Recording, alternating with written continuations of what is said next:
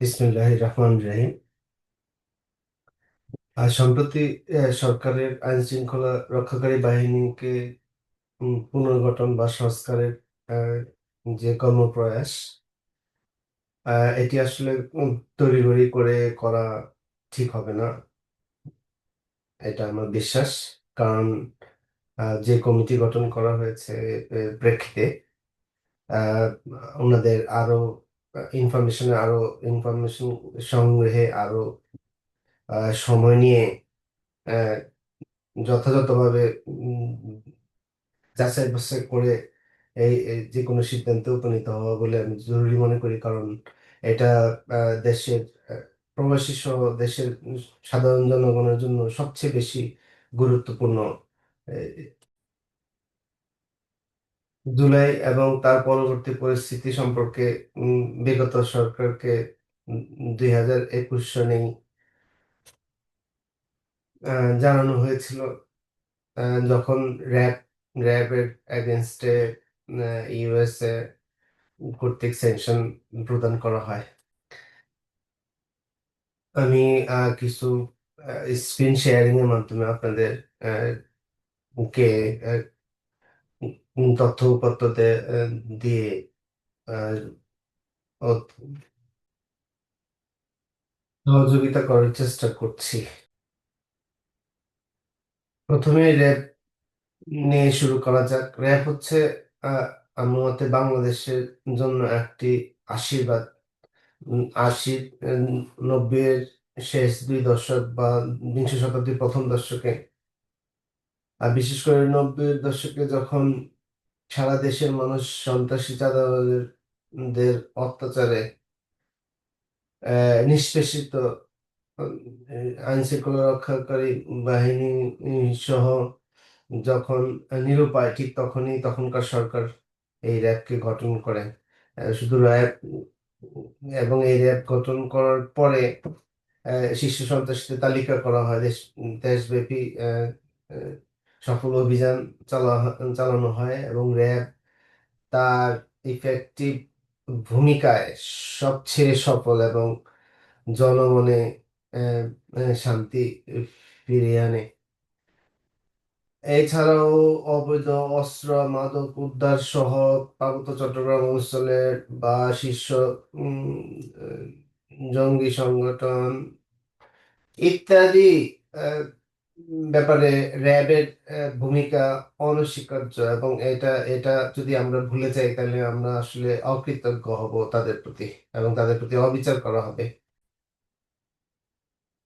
পরবর্তীতে আহ, কিছু সংখ্যক র্যাব সদস্য ওভারওয়েলমিংলি পলিটিক্যালি মোটিভেটেড হওয়ার কারণে কিছু সমালোচিত অ্যাকশন পরিলক্ষিত হয়, যেটার ফলে আজকে বিভিন্ন সংগঠন, সরকার সহ র্যাবের পুনর্গঠন বা র্যাবের নাম বা পোশাক অথবা এই বাহিনী থাকবে কিনা এই সিদ্ধান্ত নেয়ার পরিস্থিতি আসছে, এটা বোঝা যায়। তবে পূর্ববর্তী সরকারকে এই ব্যাপারে র্যাবের এগেনস্টে যে স্যাংশন দেওয়া হয়েছিল সেটাকে চ্যালেঞ্জ করার পরামর্শ দেওয়া হয়েছিল। আপনারা স্ক্রিনে দেখতে পারতেছেন বেসিস অফ দ্য রিভিউ। এটা আসলে এদেশে পশ্চিমা দেশগুলোতে জুডিশিয়াল রিভিউর আগে একটা প্রি অ্যাকশন প্রটোকল বা প্রি অ্যাকশন লেটার থাকে, সেই বেসিস। সরকারের সাথে তো অবশ্যই দেশে যারা পড়াশোনা করে গেছেন, বাইরের লো করছেন, ওখানে তো অবশ্যই এইটা সম্বন্ধে ধারণা ছিল, কিন্তু সরকারকে যেভাবে এভিডেন্স কালেক্ট করতে বলা হয়েছিল, বরং এটার উল্টোটা ঘটছে। কেমন? আহ, যারা যে সমস্ত সদস্য ঘুম হয়েছে ঘুম হয়েছে বা ওনাদের পরিবারের সদস্যদেরকে গিয়ে বিভিন্ন রকম ইনফ্লুয়েন্স করে তারা স্বেচ্ছায় আত্মগোপন করে আছে বা এই এরকম ধরনের কার্যক্রমের কারণে আসলে এগেন্সট গেছে সেটা এখনো প্রত্যাহার হয়নি। পাশাপাশি সরকারকে অ্যাডভান্স ডেমোক্রেসির ব্যাপারেও রিকোয়েস্ট করা হয়েছিল, আহ, যেটা না করার কারণে বা না হওয়ার ফলে আজকে জুলাই এবং তার পরবর্তী সিচুয়েশন, এবং এটা শুধু যে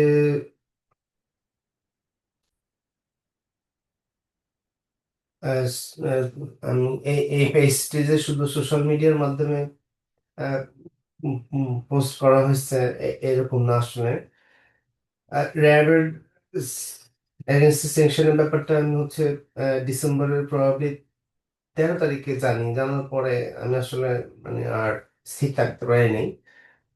এই তখন তো সামনে 16ই ডিসেম্বর, সরকারের বা সরকারের প্রায় সকল মহলই ওই তখন ডিসেম্বর উদযাপন নিয়ে ব্যস্ত ছিল। তারপরে হচ্ছে আহ, তিন 3 দিন বা 4 দিন সময় নিয়ে যেটুকু ইনফরমেশন কালেক্ট করা গেছে ওই ইনফরমেশনের ভিত্তিতে পরামর্শ দেওয়া হয়, এবং এইটা ইমেলের মাধ্যমে আহ, স্বরাষ্ট্র মন্ত্রণালয়, আইন মন্ত্রণালয় এবং পররাষ্ট্র মন্ত্রণালয়ে পাঠানো হয়। শুধু তাই না, এই এই এ- এ- এ- একই রকমের ইমেল তৎকালীন আইজিপি এবং মিডিয়া উইং, ডিজি, র্যাব এবং তার মিডিয়া উইং এ পাঠানো হয়, যেন আমি যেহেতু তৃতীয় কোনো পক্ষকে মিন করে র্যাবকে ফার্দার ডিফেম করবে অথবা যেটুকু স্যাংশন আসছে সেটা আহ, রেখে দেবে, এই এই কারণে হচ্ছে আসলে একটু টেকনিক্যাল বা স্ট্র্যাটেজি গ্রহণ করছি, যেন আহ, যে কোনো মহল সরকারের, এবার র্যাব নিজে থেকে হোক বা পুলিশের সাপোর্টে হোক অথবা সরকার যে সরকার প্রধানমন্ত্রী টেবিলে যেন আহ, ব্যাপারটা যায়। এবং একই সাথে সাথে আপনারা দেখতে পাবেন ওনার প্রাইম মিনিস্টারকে কি কি বলা হয়েছিল। সিভিল সোসাইটিকে লক্ষ্য করেও আহ, বলা হয়েছিল ওনাদের কিন্তু তখন যথেষ্ট ভূমিকা ছিল, আহ, শুধু র্যাব নিয়ে না, মানে সরকারের কার্যক্রম বা পরিচালনা নিয়েও আসলে এটা আমরা প্রবাসীরা খুবই আশাহত যে আমাদের এই সিভিল সোসাইটি যে যেটুকু ভূমিকা রাখার দরকার ছিল এটুকু আসলে আমরা দেখিনি। যাই হোক, এটা ছিল আমার মানে ফেসবুকের প্রথম পোস্ট, এবং আহ, এই এই আমার এই পেজটা মানে 15th অফ ডিসেম্বর 2021 ক্রিয়েট করা হয়। এবং আপনারা দেখবেন এই আমি লন্ডনে যখন রাতের 3টা বাজে তখন মানে ওই পেজ ক্রিয়েট করে সরকার এর কাছে 17 তারিখ যেন প্রথম অফিস ডে তে কার্যক্রম শুরু করতে পারে এরকম আশা করে আসলে রাত জেগে এটা তৈরি করে তারপর পাঠানো হয়। তো বর্তমান সরকার আহ, আমার কাছে মনে হচ্ছে ওনাদের স্কোপ বা capacity greater than we witness previously. প্রথমেই এই র্যাবের এগেনস্টে যদি এখনো স্যাংশনটা অ্যাক্টিভ থাকে, সেটা সেটা নিয়ে কাজ করা যায় কিনা, এই উম, সেটা নিয়ে যদি কাজ করা যায় এবং সরকার যদি সফল হয়, আমার মনে হয় র্যাবের পক্ষ থেকে আহ, মানে এটা সর্বোচ্চ অ্যাপ্রিসিয়েট করা হবে, এবং তাদের সমালোচিত কার্যক্রম আহ, বরং হচ্ছে ডিমোটিভেটেড হবে তারা, এবং সরকারের প্রতি উম, আনুগত্য অধিক হবে বলে আমার বিশ্বাস। আর নাম চেঞ্জ করে বা পোশাক চেঞ্জ করে দেওয়ার ভিতর চেঞ্জ করা যাবে না, কারণ র্যাবের উম, যে বাহিনী তখন বিডিআর, সেনাবাহিনী বা পুলিশের মানে ব্রাইট অফিসার্স দেরকে নিয়ে গঠন করা হয়েছিল। সো ওনাদের মানে ethical standard definitely high enough, I think, reorganize or reshuffle their activities.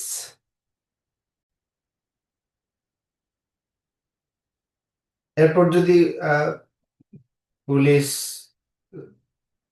বা সিআইডি অন্য যে আইন শৃঙ্খলা রক্ষাকারী বাহিনী ব্যাপার আছে, আমার দ্বিতীয় পোস্টে আসলে এই বিশেষ করে যখন সারা দেশে আইন শৃঙ্খলা রক্ষাকারী বাহিনীকে আহ, তারা আমাদের জনগণের ট্যাক্সের টাকায় চলে বা বিভিন্ন ব্যাপারে তিরস্কার করা হচ্ছিল, যদিও কিছু তিরস্কার করার মতো অকেশনস ছিল, কিন্তু গণহারে যেভাবে ডিমোরালাইজ করা হচ্ছিল এটা আসলে আমরা স্বাভাবিক, আমাদের কাছে স্বাভাবিক মনে হয়নি। এই কারণেই দ্বিতীয় পোস্ট আসলে দেয়া, যেটা আমি আসলে বুস্ট আপ করি ভলেন্টারিলি।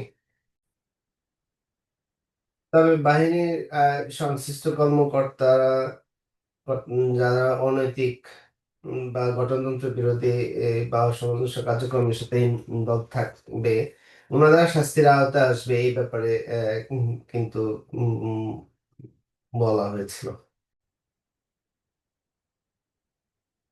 এখন আমি বিশেষ করে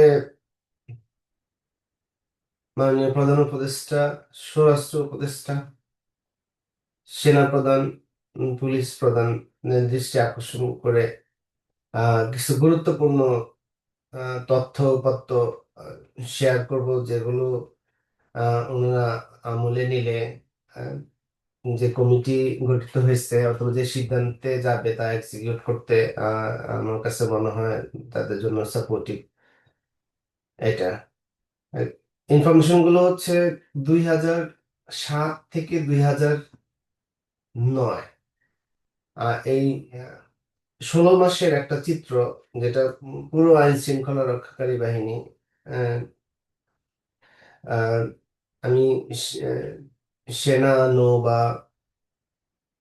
বিমানের কথা বলতেছি না, অন্য যারা আছেন তাদের যে ভূমিকা ছিল, কার্যকরী ভূমিকা আইন শৃঙ্খলা নিয়ন্ত্রণ নিয়ন্ত্রণে, ও ওই সিচুয়েশনের সাথে 2021, 22 বা 23, 24-এর সাথে কি পার্থক্য, কি ধরনের পার্থক্য হয়েছে, এবং কোন কোন লেভেলে, কোন কোন পজিশন গুলোতে সংস্কার দরকার, অ- অথবা আসলে মানে বাস্তব চিত্র আহ, কোনটা, এটা কি আইন শৃঙ্খলা রক্ষাকারী বাহিনী অবনতি বা আহ, কার্যকারিতার হ্রাস, না অন্য কোনোভাবে এটা তো প্রভাবিত, এই এই এই কম্পেয়ারটা যদি আমরা দেখি তাহলে এটা সহজ হবে। 2007 সালে আমাদের বৃহত্তর শ্যামপুরে শীর্ষ সন্ত্রাসী বড় মিয়া শাহিন, যদিও আহ, তারও গডফাদার ছিল, আমি ওদিকে যাব না, কিন্তু সে আহ, বাংলাদেশের একজন শীর্ষ সন্ত্রাসী, যে ডাকাত শহীদ পুরান ডাকাত, আহ, তার তার আহ, তারই একটা বাহিনী, এবং তার অত্যাচারে বৃহত্তর শ্যামপুরবাসীর না বিশ্বাস আহ, ছিল, এবং উম, প্রায় 1 ডজনের উপর হত্যা সে এবং তার বাহিনী আমাদের শ্যামপুরে বা তার আশপাশের এলাকায় ঘটেছে। তো এরই প্রেক্ষিতে এলাকাবাসী লাঠিবাসী কমিটি করে, আহ, এবং দুই একজন সাহস করে জিডি বা মামলাও করে। স্ক্রিনে আপনারা একটা মামলা দেখছেন, আমাদের এলাকার এক ভদ্রলোক, এবং এই মামলার একজন সাক্ষী ছিল। আহ, সেপ্টেম্বর 2 তারিখ হচ্ছে তাকে হত্যা করে, কেন সে সাক্ষী ছিল অথবা চাঁদা দিতে অস্বীকার করে।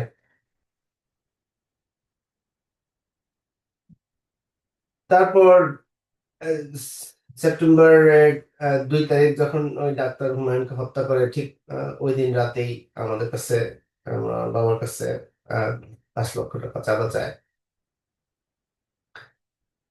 আহ এটা হঠাৎ করে না, এটা হচ্ছে বছরের পর বছর চলতেছিল। মানে এলাকার স্থানীয় অথবা ব্যবসা প্রতিষ্ঠান যারা আছে, নতুন বাড়ি করবে, ইভেন গার্মেন্টস কর্মীদের কাছ থেকে ছিনতাই, চাঁদাবাজি, এটা অব্যাহত ছিল। আর আমাদের এলাকায় যে লাঠিবাসী কমিটির কথা বলছিলাম, সেখানে আমার বাবা ছিল, তারপর যুব কমিটিতে আমি ছিলাম।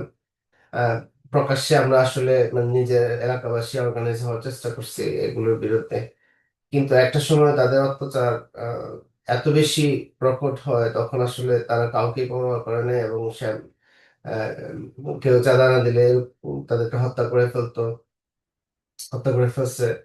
আহ, এবং আমাকে বিশেষ করে টার্গেট করা হয়েছিল।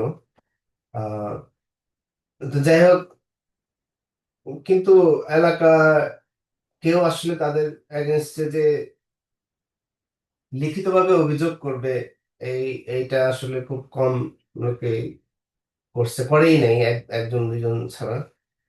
পরে আমি আমার আহ, বাবাকে, যদিও উনিও খুব সুস্থ ছিলেন, উনি করতে চাইলেন, ওনাকে একরকম আসলে বাধ্য করা হয়েছে যেন উনি লিখিতভাবে অভিযোগ যায়। তো উনি জিডি করে তো কোনো লাভ হয় নাই। তখন অফিসার ইনচার্জ দুনিয়া ক্যাম্প সেখানেও অভিযোগ করেও উম, তেমন কোনো আহ, সুবিধা পাওয়া যায় নাই। পরে র্যাবেও করেন উনি অভিযোগ।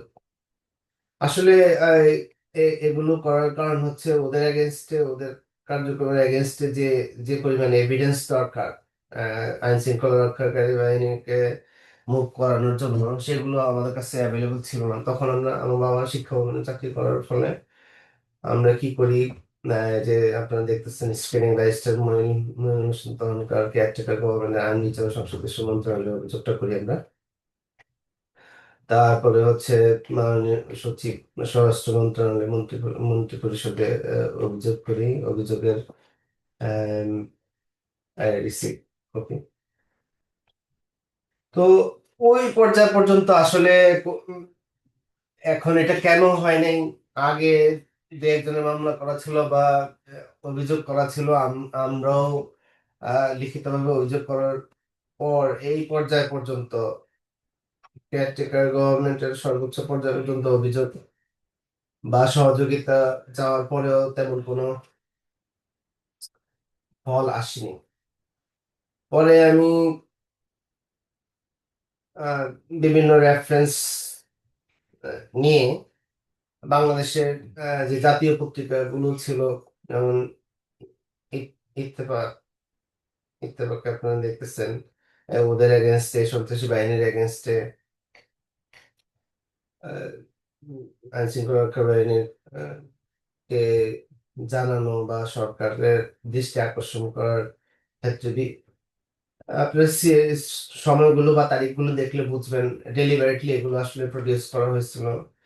হ্যাঁ, তখন কিন্তু আমি আসলে ওনাদের কাছে কৃতজ্ঞ, যে এই সংবাদ আহ, মাধ্যমগুলো ওনাদের এই সহযোগিতা আসলে দেশের সর্বোচ্চ আহ, প্রতিনিধিদের দৃষ্টি আকর্ষণ করতে সমর্থ হই।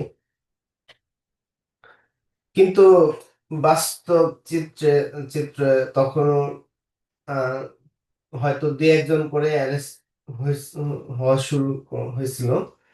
আহ, উম, কিন্তু মনোবল হারায়নি। কেন মনোবল হারায়নি? তাদের সাথে শক্তিতে পারা না পারাটা ডিপেন্ড করছিল হচ্ছে আইন শৃঙ্খলা রক্ষাকারী বাহিনীর উপর নির্ভরতা। আমার আমার বিশ্বাস আহ, এত বেশি ছিল আইন শৃঙ্খলা রক্ষাকারী বাহিনীর উপর, যে চাঁদাবাজ বা সন্ত্রাস যত শক্তিশালী হোক, আইন শৃঙ্খলা রক্ষাকারী বাহিনী তখন এমন পর্যায়ে ছিল যে তারা ওনারা হচ্ছে এটা ট্যাকল করতে আহ, স- পরিপূর্ণভাবে সামর্থ্য এবং করবেন ওনারা, এটা বিশ্বাস ছিল। আদারওয়াইজ হচ্ছে এরকম জীবনের রিস্ক নিয়ে পুরো ফ্যামিলি মানে এত বড় সন্ত্রাসী সংগঠন বা এত বড় বাহিনীর বিরুদ্ধে মানে উম, কাজ করা, এটা তো অসম্ভব ছিল। যাই হোক, পরবর্তীতে যে এখানে ডিআইজি পিপিএন নাজমুল হক স্যার ছিলেন, এই আগের যে অ্যাপ্লিকেশন গুলো, এগুলো আসলে যে এলাকাবাসীর কাছ থেকে ওনারা ওনাদের লেখাটাই নিয়ে জমা দেওয়া হয়েছে। এই একই রকম অ্যাপ্লিকেশনে আমি কালেক্ট করে পরে নিজে হাতে আহ, লিখে, এই যে ডিএজেপি এই জায়গাটা আমার হাতে লেখা পার্সোনালি, তখন আমি মানে আহ, বাহিনীর ঊর্ধ্বতন কর্মকর্তাদের শরণাপন্ন হই এবং উনি কমিশনার বরাবর হচ্ছে একটি লেটার লিখে এ- এই এই এই এই এই- এটার এগেনস্টে প্রথম দেখা গেছে একটা বড় ধরনের অপারেশন করে আইন শৃঙ্খলা রক্ষাকারী বাহিনী, এবং ওনারা সফল হন একাধিক ব্যক্তিকে অ্যারেস্ট করতে। পরবর্তীতে আমি র্যাব 10 পরিচালকের বরাবর নিয়ে যাই, যেটা হচ্ছে ইন পার্সন রেকমেন্ডেড ছিল, এবং র্যাবের intelligence director wing intelligence wing director এটাতে রেকমেন্ড করেন। আহ, তখনও আমরা আরো সফলতা পাই। পরবর্তীতে আইজিপি মহোদয় বরাবর অ্যাপ্লিকেশন করি। উনি অতিরিক্ত আইজিপি, অতিরিক্ত আইজি সিআইডি বরাবর রেকমেন্ড করেন। আমি আসলে এই ওনাদের ওনাদের কথা কেন বলতেছি, ওনাদের যে মেধা বা অভিজ্ঞতা এবং হচ্ছে ওনাদের যে রেসপন্স, ঠিক আছে, মানে আমাদেরকে তো ওনারা এগুলো না করলেও পারতেন, কিন্তু দেশে ওনাদের যে সন্ত্রাস বা চাঁদাবাজের এগেনস্ট যে ওনাদের ভূমিকা, ওনাদের যে কনসিডারেশন, এটা আসলে মানে এটা আমি মানে ভাষা দিয়ে প্রকাশ করে শেষ করতে পারবো না আসলে, ঠিক আছে। আইজিপি যেমন উনি উনি নূর আহমেদ স্যার, ওনারা কেন যে স্বরাষ্ট্র মন্ত্রণালয়ে আসে নাই, আই ডোন্ট নো। ওনাদের মতো অফিসার বা এনিওয়ে, অতিরিক্ত আইজিপির কাছে উনি সিআইডি তে যাওয়ার পর আমি ইন পার্সন আবার ওনার সাথে দেখা করি। উনি তখন এসপি দীপকের আন্ডারে একটা টিম গঠন করে, ওনারাও অভিযান পরিচালনা করে এবং ওনারা সফল হয়। এরকম পরপর যখন আহ, তিনটা বা চারটা সফল অভিযান হয় র্যাবের, পুলিশের, সিআইডি এবং ডিবিরও, ডিবিতে তখন প্রথমে এডিসি আলমগীর সাহেব ছিল 2008-এ। আহ, যেমন উনি উনি যখন মানে আমার ভিডিও একটা রেকর্ডিং ছিল, ভয়েস রেকর্ডিং ছিল, সন্ত্রাসী শাহিন যখন আমার মাকে আহ, মানে খুব অমানবিক আহ, বকা এবং হুমকি দিচ্ছিল, ওটা রেকর্ড করা হয়।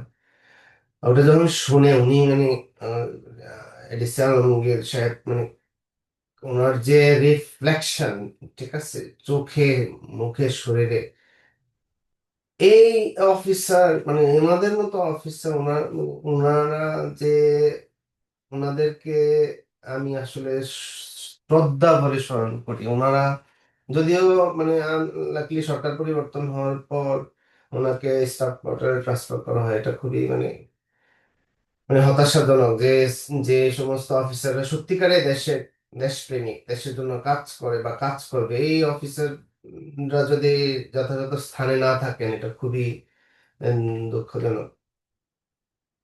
আবার তারপর প্রত্যেকটা মুভমেন্টের পরেই একটা অপারেশন বা একাধিক অপারেশন হয়, কিন্তু পরে আবার স্লো হয়ে যায়। এই স্লো হওয়ার কারণটা হচ্ছে আসলে মানে স্থানীয় যে প্রশাসন, আমি বলবো না, স্থানীয় প্রশাসনকে প্রভাবিত করে এরকম লোকাল ইনফ্লুয়েন্সার, এটা পলিটিক্যাল বা নন পলিটিক্যাল, এটা সব এলাকাতেই আছে আমার কাছে মনে হয়, এবং আমার এলাকাতেও ছিল। তো ওটার কারণে এটা আবার স্লো হয়ে যাইতো। পরবর্তীতে আমার আরো এভিডেন্স যেন কালেক্ট করতে পারি, আমি পুরো লেটারটাই আমি আমি লিখি আমার মায়ের পক্ষে আমার মাকে লিখে দিলেন, উনি সিগনেচার করে আবার পুলিশে দেই, র্যাবে দেই। দেওয়ার পর হচ্ছে আহ, ভালো কাজ হয় ওই সংগঠনের গ্রুপের ছেলেপেলে ক্রস ফায়ার আসে। তাহলে মানে এই যে এই যেমন এই ক্রস ফায়ারটা মানে সব তো আর পত্রিকা আসে না, যেটা আসে আমি এটা নিয়ে কথা বলতেছি। তাহলে এইটা কি আসলে জাস্টিফাইড ছিল না? মানে যারা হচ্ছে, যাদের কারণে দিনে দুপুরে মানুষজন ঘর থেকে, লক্ষ লক্ষ মানুষ কথা বলতেছি আমি, পুরো বৃহত্তর শ্যামপুরে, ঠিক আছে, হ্যাঁ, দিনে দুপুরে ঘর থেকে বেরোতে পারতো না। বেতন পাইলে দেখ ছিনতাই করে নিত বা মোবাইল নিয়ে যেত, বাড়ি করতে হলে টাকা দিতে হইতো, ব্যবসা করতে হলে টাকা দিতে হইতো। মানে আড়িয়ত্তা নেই যে মানুষের যে সাফারিংস, ঠিক আছে। সো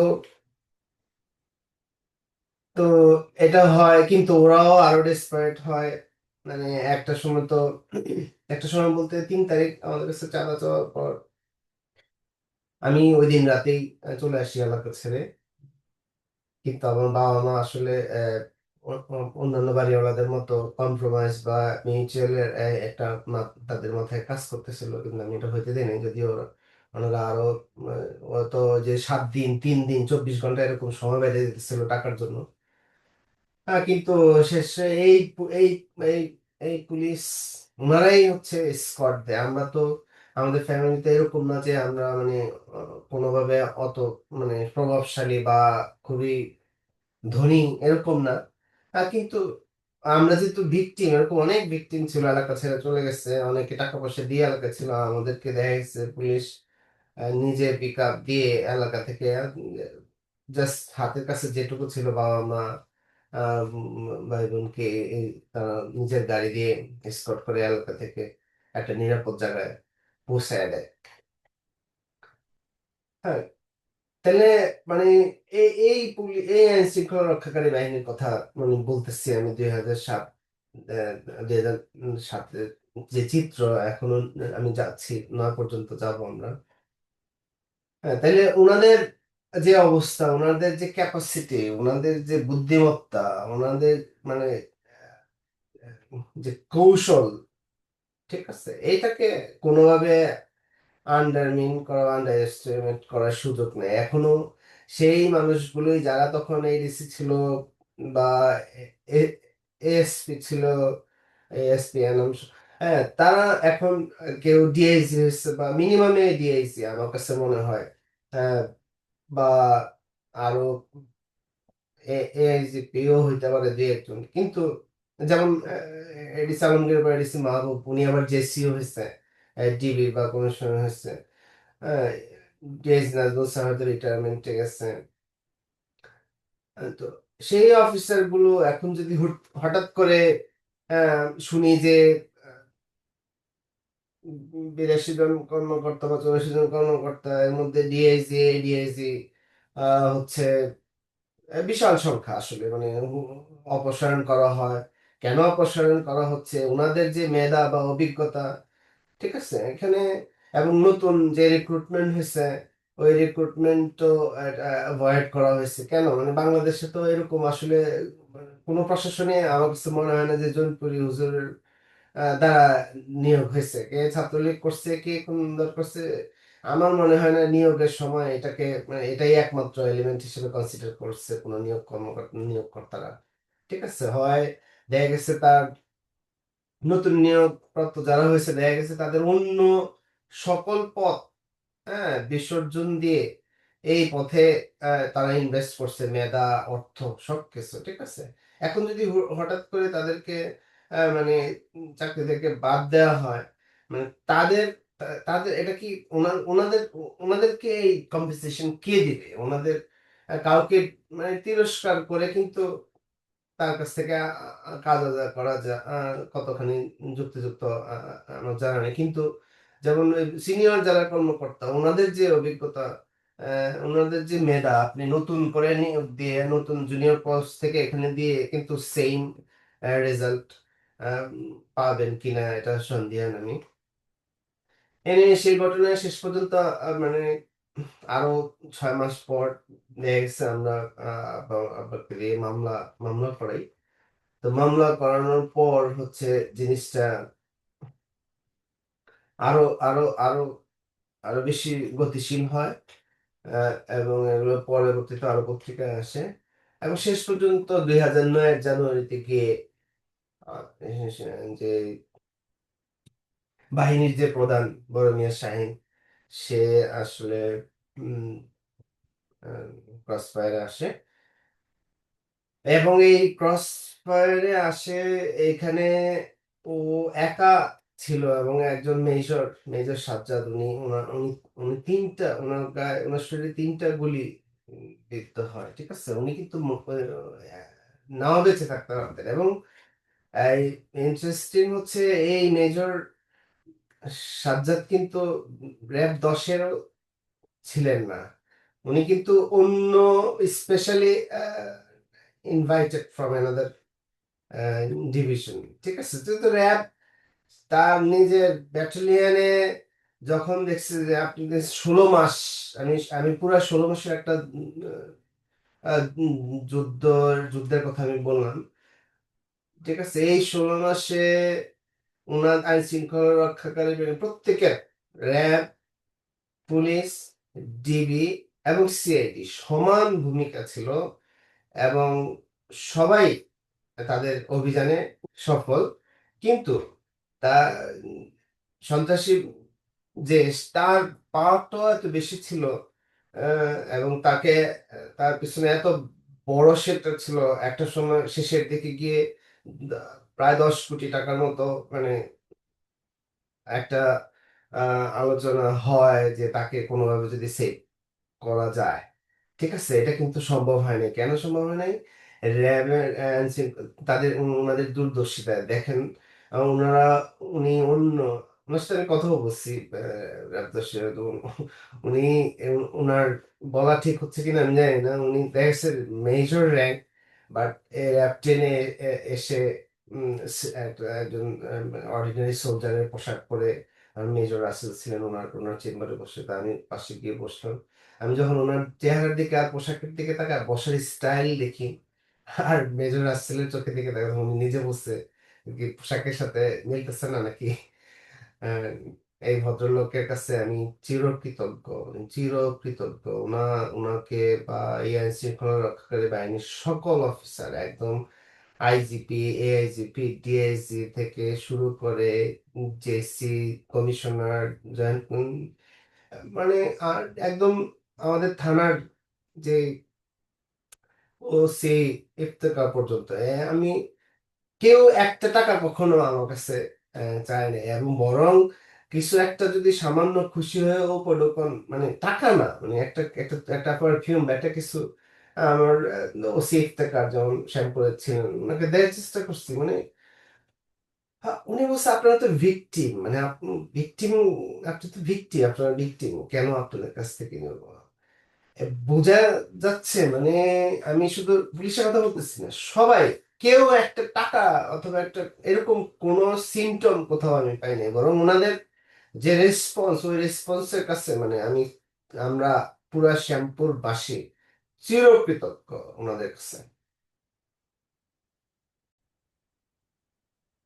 এবার 2023-এর একটা ঘটনা যদি আমরা দেখি, আহ, একজন প্রবাসী কে নিয়ে, প্রবাসী সে দেশে যাওয়ার পরে তার সাথে প্রতিবেশীর ঝগড়া হয়, বা ঝগড়া হওয়ার পরে সে একটি মামলা করে। মামলা করার পর আসলে তাকে থানায় ডাকা হয়। কি জানি বলে, তদন্তকারী অফিসার, হিন্দু ছিলেন ভদ্রলোক। তো ওনাকে মীমাংসার কথা বলে উম, ওখানে থানায় গেলে উনি উপস্থিত ছিল না। তো থানা প্রাঙ্গণেই তাকে যারা আগে হুমকি টুমকি দিচ্ছে তারা হচ্ছে সন্ত্রাসী ভাড়া করে ওকে প্রচুর মারে। মারার পর সে হসপিটালাইজড হয় এবং পরে পরে উম, যারা মারছে তাদের এগেনস্টে মামলা করতে যায়, কিন্তু মামলাটা আর নেয় নেই। আর যাদের সাথে ঘটনা আর কি, এটা প্রভাবিত হয়ে মামলাটা আর নেয় নেই।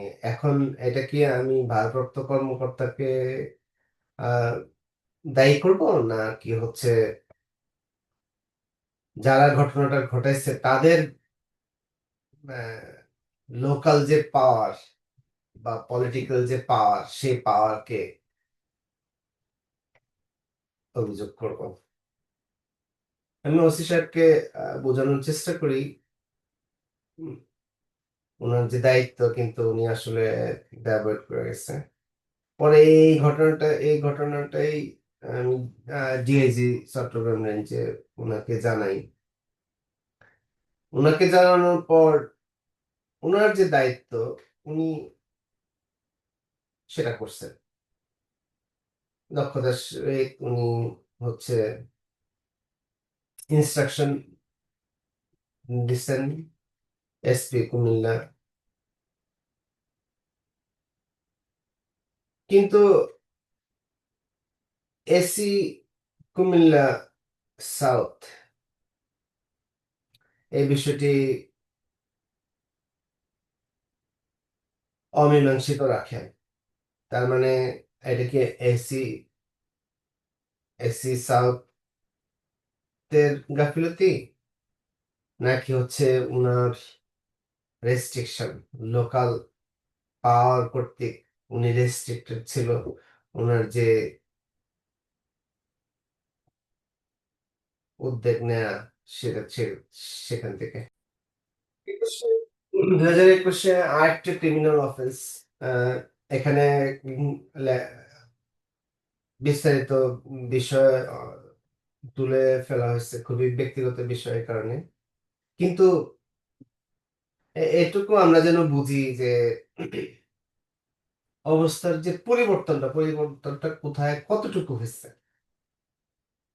তো আমাদের ওই যে তথ্যমন্ত্রী, তখন ওনার কাছে আহ, আমি সিআইডি তে একটা অ্যাপ্লিকেশন করি, এআইজিপি। তো উনি এটা তেমন ভাবে আমলে না নেয়, তখনকার মিনিস্টারের কাছ থেকে একটা রেকমেন্ডেশন চাই। তো উনি রেকমেন্ডেশন করে, উনি অ্যাপ্লিকেশনের উপর এই যে রেকমেন্ডেশনটা দেখতে পারতেছেন আপনার 1/9/21-এ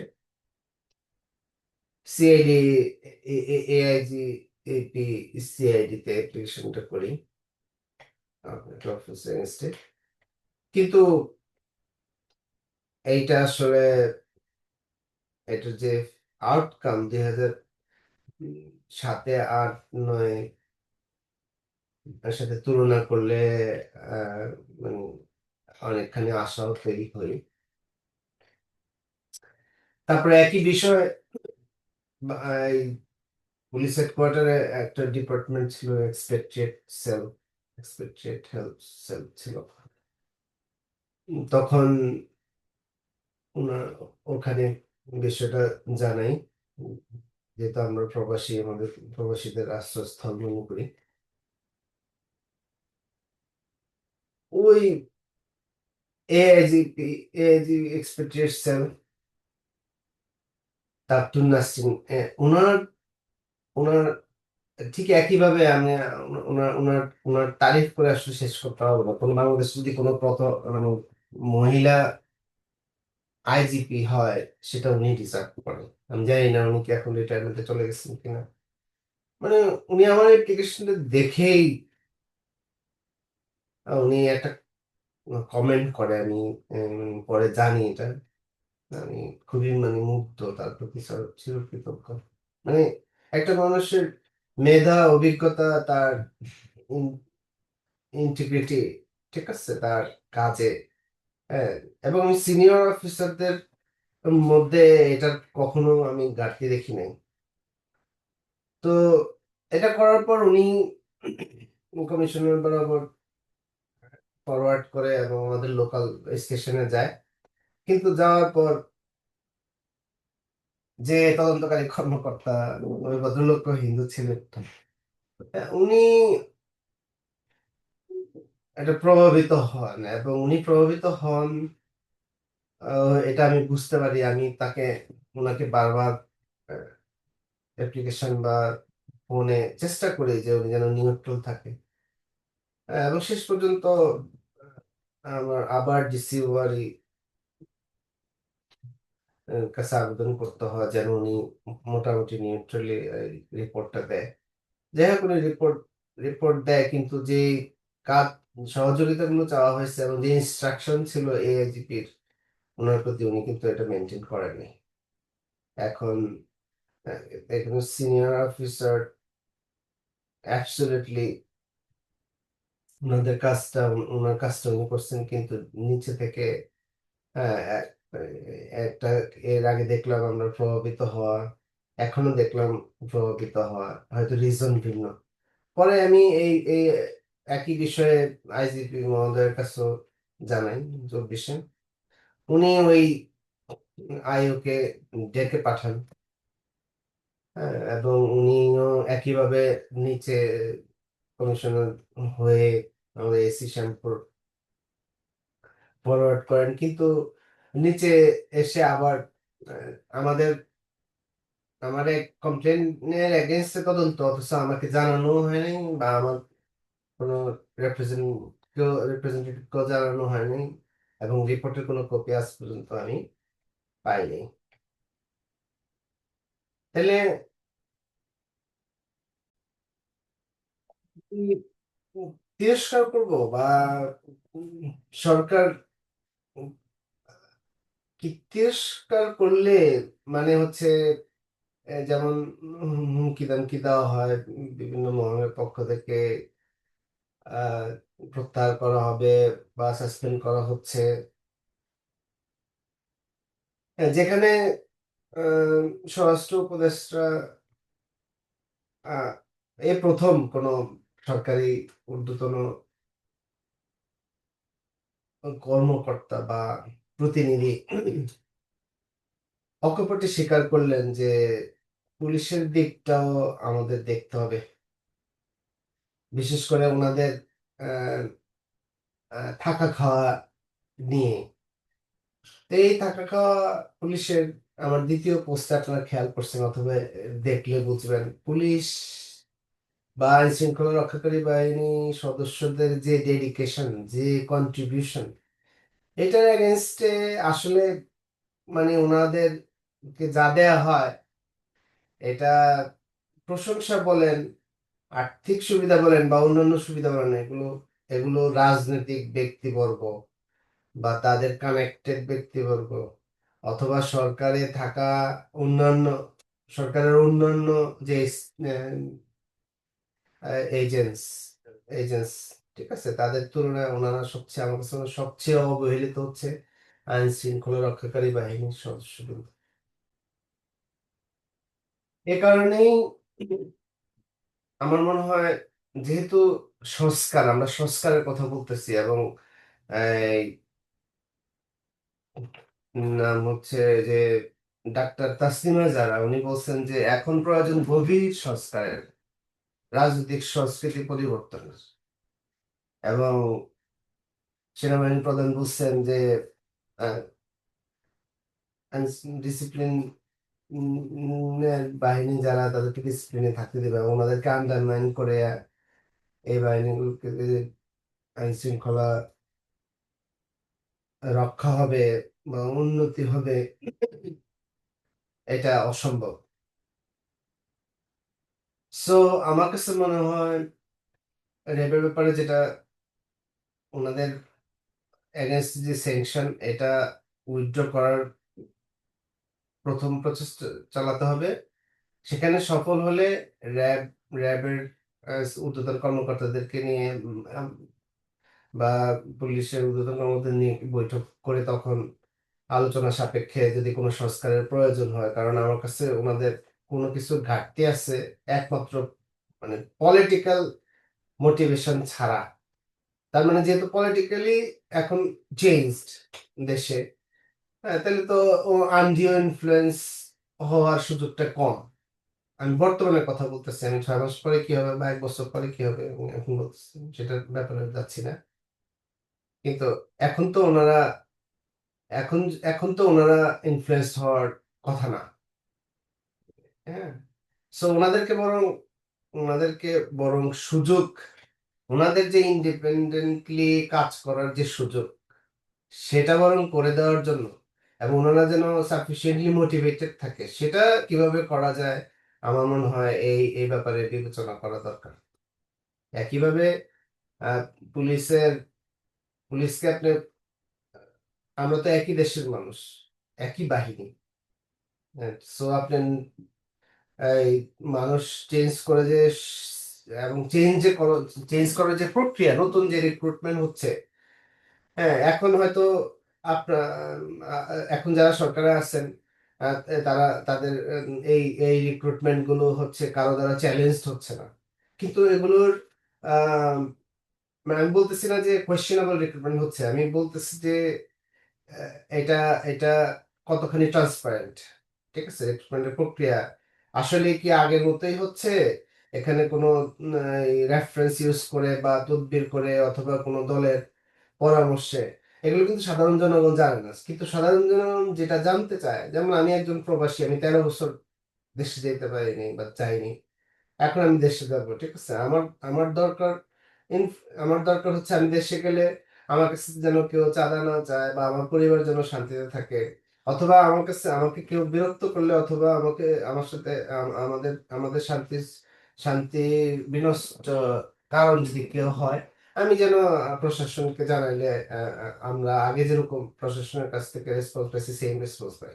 তার মানে ঝামেলাটা কোথায়? ঝামেলাটা তো আইন শৃঙ্খলা রক্ষাকারী বাহিনী তৈরি করে না। ঝামেলা তৈরি করে সমাজের কোনো একটা শ্রেণী, কোনো একটা দল বা গোষ্ঠী, ঠিক আছে, বরং হচ্ছে সেই গোষ্ঠী, সেই দল অথবা সেই ব্যক্তি যেন আহ, আহ, আইন শৃঙ্খলা রক্ষাকারী বাহিনীর উপর প্রভাব ওরকম করে ফেলতে না পারে, সেই ব্যাপারে চিন্তা করা যায় কিনা, কি করলে হচ্ছে এই প্রভাব মুক্ত থাকবে আইন শৃঙ্খলা রক্ষাকারী, তারা ওনারা ওনাদের মেধা দক্ষতা অভিজ্ঞতা দিয়ে স্বতন্ত্রভাবে যেন কাজ করতে পারে, সেই সুযোগ কিভাবে সৃষ্টি করা যায় আমার মনে হয় সেই দিকে মনোযোগ দেওয়া বেশি জরুরি। তাছাড়াও আহ, বিশেষ করে পুলিশের ক্ষেত্রে ওনারা বর্তমানে very vulnerable state total. So এই এই সময়ে যদি ওনাদের কাছ থেকে আহ, অস্ত্র প্রত্যাহার করা হয়, কারণ যে যে কারণে এই কথাটা আসছে, তখন মারণাস্ত্র ব্যবহার করছে খুব কতিপয় পুলিশ অথবা বিশেষ ব্যক্তি, নোবডি নোজ আসলে, মানে আপনি এক দুইজন ছাড়া বা একটা দুইটা ওকেশন ছাড়া এরকম কিন্তু এভিডেন্স অ্যাভেলেবল কিনা আমি জানি না, যে পুলিশই কাজগুলো করছে, কিন্তু পুলিশের যে বর্তমান অবস্থা, এখানে আমার মনে হয় এটা কাইন্ড অফ ডিমোরালাইজেশন, তাদেরকে আরো আহ, তাদের তাদের যতটুকু রেসপেক্ট, বিশেষ করে ক্রিমিনাল যারা বা সন্ত্রাসী যারা, তাদের যে পাওয়ার, তাদের কাছে যে পরিমাণ অস্ত্র আছে, এই ব্যাপারে কিন্তু সরকারকে খোঁজ খবর নিতে হবে। এরকম না যে দেশে সরকার চেঞ্জ হয়েছে তার মানে দেশে অবৈধ অস্ত্র শূন্য হয়ে গেছে, ঠিক আছে, এখনই এখনই এই পদক্ষেপ নেওয়া যাবে বলে আমার মনে হয় না, কারণ অন্তত দুইটা সিচুয়েশন কনসিডার করা দরকার। একটা হচ্ছে যে পরিমাণ অবৈধ অস্ত্র এখনো বাংলাদেশ আছে, প্রত্যেক মহল্লায় মহল্লায়, ঢাকা শহরে এবং বিভিন্ন জেলা শহরে আছে, এগুলো যদি উদ্ধার না হয়, কারণ এগুলো পুলিশের কাছে যে অস্ত্র এর চেয়ে বেশি ভয়ঙ্কর ভয়ঙ্কর অস্ত্র আছে বলে আমার ধারণা, কারণ এবং আহ, বাংলাদেশের নির্বাচন নিয়েও আমাদের অভিজ্ঞতা আছে, নির্বাচনের দিন যা যা হয়, ঠিক আছে, বাংলাদেশে এখন যে পরিমাণ কেন্দ্র, আগে যে পরিমাণ কেন্দ্র ছিল এটা থেকে ডাবল ট্রিপল হয়ে গেছে। তো এতগুলো কেন্দ্র, সেনাবাহিনীকেও যদি নিয়োগ করা হয় নির্বাচনের দিন, নির্বাচনের সময়, এটা মনে হয় না সেনাবাহিনী, র্যাব বা বিজেপি মিলে করে ফেলবে। পুলিশও পুলিশকেও থাকতে হবে, ঠিক আছে, টোটাল কাভার করতে হলে। এবার 6 মাস পরে হোক, 1 বছর পরে হোক, যখনই নির্বাচন হবে, এই নির্বাচনে পুলিশের ভূমিকা অত্যন্ত জরুরি এবং তারা সশস্ত্র অবস্থায় থাকা দরকার। কারণ এদেশের রাজনীতিবিদদেরকে উম, চেনা জানা এই সরকারের আহ, অবশ্যই ওনার অভিজ্ঞতা, বয়স অনেক, কিন্তু আমরা সবাই আসলে আহ, একরকম না। সো একটু নিজের সতর্কতার জন্য, নিজের সেফটির জন্য আহ, এটা দরকার পুলিশের কাছে সাফিসিয়েন্টলি প্রোটেক্টেবল আর্মস এগুলো দরকার। কারণ সরকারকে আদারওয়াইজ এমন দায় নিতে হইতে পারে যে পুলিশ পুলিশের উপর যে আক্রমণ এর মধ্যে হয়েছে, এটা তো অনস্বীকার্য। এখন না কতজন পুলিশ মারা গেছে এটার কোনো তথ্য আমরা তো সাধারণ নাগরিক, আমাদের কাছে থাকবে না, সরকারের কাছে অবশ্যই আছে। অথবা এক সরকার পর অন্য সরকার হলে এমন হতে পারে এই এই ব্যাপারগুলো আসবে। এখন যদি পুলিশের কাছ থেকে ওনাদের প্রোটেকশন অথবা হচ্ছে অ্যাটলিস্ট সমসাময়িক সেম রেঞ্জের মেশিনারিজ যদি ছাড়া যদি পুলিশ ইকুইপড হয় এবং আবার যদি ওনারা আক্রমণের শিকার হন, এর দায়ভার তো সরকার এড়াতে পারবেন না। সো আমি আমার আলোচনার পর যে রেকমেন্ডেশন গুলো করব আর, সরকারের প্রতি এবং যাদের দৃষ্টি আকর্ষণ করছি আমাদের প্রতি, এক্সপেক্টেড সেল যেটা ছিল আমাদের প্রবাসীদের জন্য, আসলে এটা একটা বড় ধরনের উইং ছিল, হেল্প সেন্টার ছিল, এটাকে রিস্টোর করা দরকার। তারপর হচ্ছে এরকম একটা কথা আসতেছে, বিভিন্ন ডিসি সাহেবরা প্রস্তাব দিচ্ছে যে সামরিক প্রশিক্ষণের ব্যাপারে জনগণকে। আমার কাছে মনে হয় মানে এই সামরিক প্রশিক্ষণ ইনিশিয়াল যেটা পুলিশের তো তার নিজস্ব প্রশিক্ষণ আছে, কিন্তু এই এই লোকাল ইনফ্লুয়েন্সকে অথবা পুলিশের অ্যাক্টিভিটিস ওভারসি করার জন্য ক্যাপ্টেন র্যাঙ্কের কাউকে যদি অ্যালোকেট করা যায় থানা ওয়াইজ, সব থানায় একসাথে করতে হবে এরকম না। আপনি টার্গেট করে করে দেখা গেছে 50টা থানা টার্গেট করে দুজন সোলজার্স, তাহলে ব্যালেন্স করা থানাগুলোকে, যে ওনারা ওনারা স্বতন্ত্রভাবে কাজ করতে পারতেছে কিনা অথবা প্রভাব মুক্ত থাকার জন্য এইটা কাজে আসবে। এবং সাথে সাথে যখন যে থানাগুলো আন্ডারে ওই ক্যাপ্টেন বা সোলজাররা থাকবেন, ওনারা যদি ওই প্রশিক্ষণের যে ব্যাপারটা আছে, যদি এই কাজটাও সাথে সাথে করতে পারেন, অ্যাটলিস্ট আমাদের পুলিশ বাহিনী হচ্ছে মানে এখন যে অবস্থা আছে আরো ওয়েল ইকুইপড হলো, ওয়েল ট্রেন্ড হলো। যে প্রয়োজনে জনগণকে সামরিক প্রশিক্ষণের মিন করছেন বা প্রয়োজন মনে করেন, এটা যদি পুলিশ এবং পর্যায়ক্রমে আনসার বাহিনীকে এই প্রশিক্ষণ প্রদান করা যায়, তাহলে ডিসিপ্লিন কোন বাহিনীকে যদি সামরিক ট্রেনিং দেওয়া হয়, তাহলে এটা বেশি কার্যকর বলে আমি মনে করি। যেহেতু মানে আইন শৃঙ্খলা রক্ষাকারী বাহিনীর থাকা খাওয়ার ব্যাপারে ওনার অবগত হয়েছে, উনি যেহেতু এই ব্যাপারে অবগত হয়েছেন এবং অকপটে স্বীকার করছেন, আমার মনে হয় অলরেডি সরকার এই ব্যাপারে খুব শীঘ্রই পদক্ষেপ নেবেন। জীবনযাত্রার মান বা অন্যান্য ফ্যাসিলিটিস যদি দেওয়া হয় মোরালি এবং এথিক্যালি, আমার কাছে মনে হয় ওনারা গ্রাজুয়ালি স্ট্রঙ্গার হবেন। আর ওর আক্রমণ, এটা আসলে খুবই আতঙ্কের বিষয় দেশের জন্য। এই ব্যাপারে আমার কাছে এর আগে কখন হয়েছে আমি ঠিক জানি না, কিন্তু বিএনপির একটা এই সমাবেশের দিন 28শে অক্টোবর মনে হয় 2024-এর দিনের দিবালোকে যে একজন পুলিশকে পিটে মারছে অনেকে, এই এইখানে একটা মানে বড় পলিটিক্স ছিল কিনা এটা আমার কাছে মনে হয়। আহ ওইখানে ওইটা ওটা তো সিসিটিভিতে আসছে, ওইখানে তদন্তটা যদি ঠিকভাবে করা যায়, ঠিক আছে, তার পরবর্তীতে এই যে রিসেন্টলি যেগুলো হয়েছে এগুলো মানে সবকিছু এরকম চুপ থাকলে বা অ্যাভয়েড করার সুযোগ আসলে কম, কারণ পুলিশের মনোবল বা ওনাদের কার্যকরী ভূমিকা বা আইন শৃঙ্খলা রক্ষাকারী কার্যকরী ভূমিকা আমরা আশা করব, কিন্তু ওনাদের বেসিক রাইটস যেটা, হ্যাঁ, ঠিক আছে, আমরা আমাদের যেরকম রাইটস ওনাদের তো সেম রাইটস, বরং ওনাদের একটু বেশি হওয়ার কথা, ওনাদের কনসিডারেশনটা বেশি। ঠিক আছে, সো লিস্ট মানে বিচার প্রক্রিয়া অথবা তদন্ত প্রক্রিয়া এগুলো শুরু হলে এবং শুরু করার দরকার, শুরু হলে আমার কাছে মনে হয় ওনাদের ওনাদের কাছ থেকে যতটুকু আমরা আশা করি তার চেয়ে বেশি ওনারা দিবেন। এবং প্রত্যেকটা থানার প্রেমিসেস ইনক্লুডিং আউটসাইড একটা নির্দিষ্ট রেঞ্জ পর্যন্ত সিসিটিভি বা মনিটরিং এর আওতায় আনা যেতে পারে। আর কোনো বাহিনীর বিরুদ্ধে ঢালাওভাবে কোনো ব্যক্তি বা প্রতিষ্ঠান আহ, সুনির্দিষ্ট অভিযোগ বা তথ্য প্রমাণাদি ছাড়া যদি আহ, সমালোচনা করেন বা আক্রমণ করেন, এটার বিরুদ্ধেও আসলে উম, একটা জিজ্ঞাসার ব্যবস্থা থাকা উচিত।